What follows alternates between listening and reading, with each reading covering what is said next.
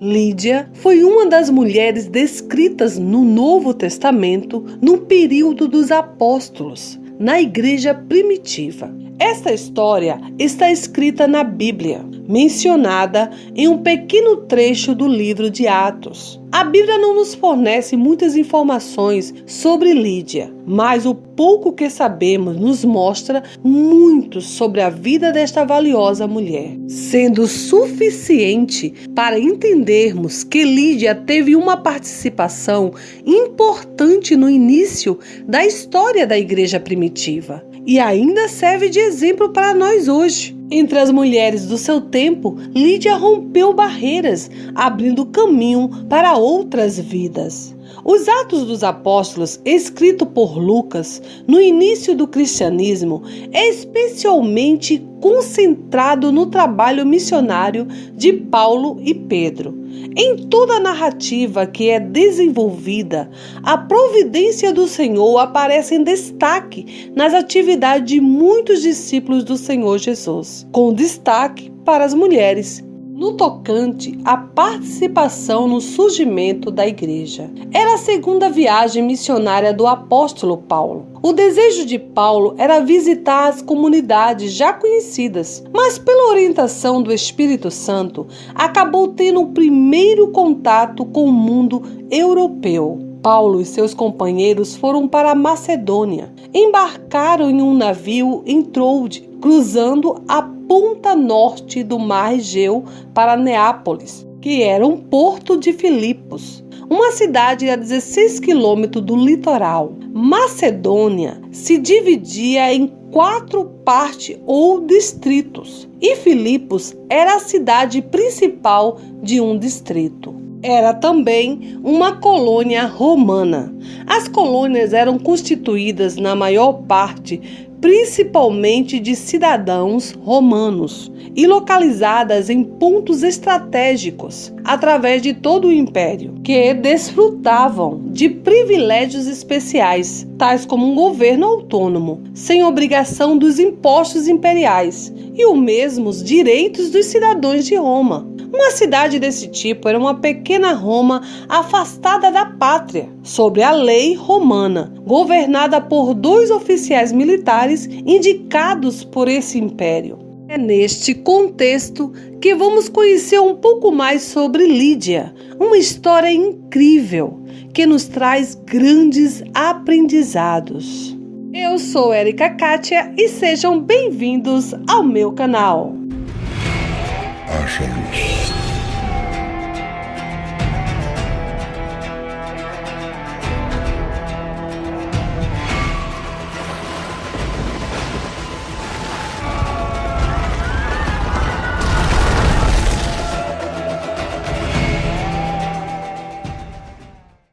A paz do nosso Senhor Jesus Cristo a todos. Peço a ajuda de todos vocês para se inscrever no meu canal, deixar aquele like que me ajuda demais a produzir mais vídeos, ativar o sininho de notificação e compartilhem em suas redes sociais. Se vocês gostarem do vídeo e caso queira ver outros vídeos que eu já fiz sobre outros estudos e reflexão da Palavra de Deus, deixarei o link desta playlist aqui nos cards.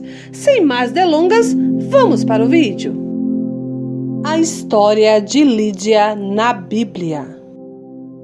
Antes de falar da mulher Lídia, primeiramente é preciso citar que Lídia era o nome de uma região da Ásia Menor, a qual ficava algumas cidades, entre elas Sardes, Tiatira e Filadélfia. Às vezes, algumas cidades costeiras, como Esmirna e Éfeso, eram reputadas como cidades lídias e outras vezes como cidades gregas. Lídia foi uma mulher natural da cidade de Tiatira, que ficava na região da Lídia, ou seja, alguns estudiosos acham que o nome dela é uma referência à região onde nasceu. Tiatira era um importante centro comercial de tintura, confecções, cerâmica e trabalhos em bronze faziam parte da sua pauta de exportações.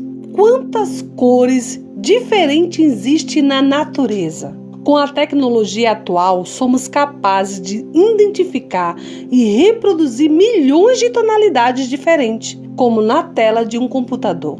Mas não foi sempre assim. Durante séculos, as cores não fizeram parte da investigação humana. Por muito tempo, os principais tecidos utilizados nas confecções de roupa não tinham cor. Era de origem animal, como a lã de carneiro, pelo de cabra e o couro de diversos animais, ou a origem vegetal, como o linho e mais recentemente o algodão. Com o tempo, foi-se aprendendo a fabricar diversos tipos de tinturas e as roupas começaram a ganhar cor.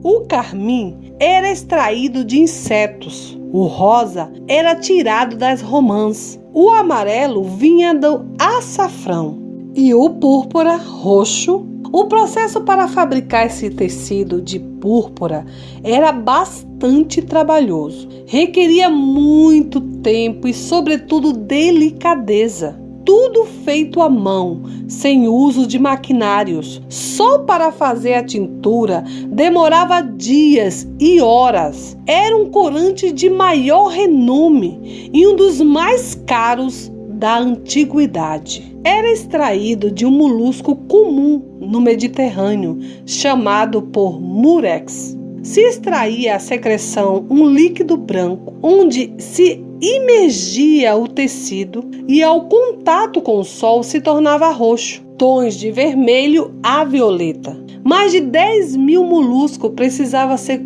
colhidos do mar e fervidos em tonéis. Esta quantidade daria apenas 1 grama. E era apenas uma pequena parte do processo. O tecido de cor púrpura era um tecido de luxo, possuindo um alto valor financeiro na sua época. Lídia morava na cidade de Filipos e era uma comerciante. Os tecidos tingidos de cor púrpura que Lídia vendia era bastante caro, coisa fina. Não se sabe ao certo se ela trabalhava apenas com as tinturas ou se ela vendia os tecidos já tingidos, comprados apenas para a elite política e militar de Filipos. Por isso não é difícil imaginar que ela era uma mulher bem relacionada na alta sociedade filipense. Sabemos que na antiguidade as mulheres eram totalmente dependentes aos seus maridos, cuidavam somente da casa. Porém, Lídia quebra alguns protocolos neste sentido. Não sabemos se ela era viúva ou até mesmo solteira, pois a Bíblia não relata nada sobre isto. Em um sábado, quando o apóstolo Paulo e seus companheiros estavam na cidade de Filipos, procurando local apropriado para pregar o evangelho, tudo indica que não havia ali em Filipos uma sinagoga, ou seja,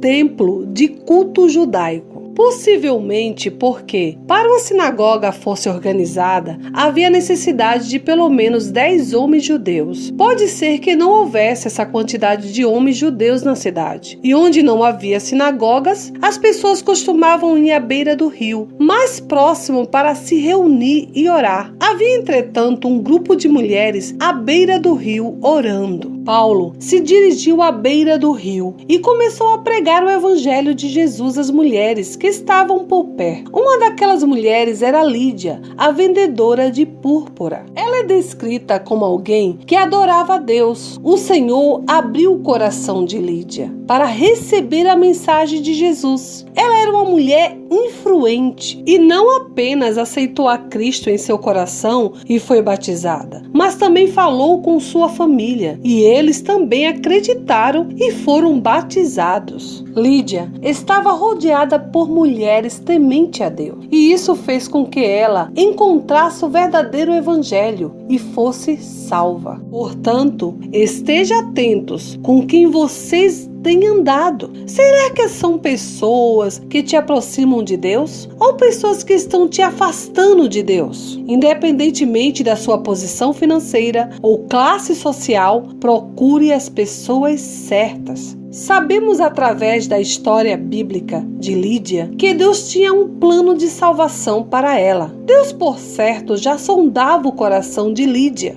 e via que ela tinha sede de ouvir a sua palavra. Quando lemos no livro de Atos, no capítulo 16, percebemos que Paulo foi impedido por Deus de entrar em outros territórios para exercer o ministério. Então, ele teve de noite uma visão, e que se apresentou um homem da Macedônia. Ele rogou, dizendo: passa a Macedônia e ajuda-nos. Esta visão que o levou na direção de Lídia. E foi assim que ele acabou chegando em Filipos.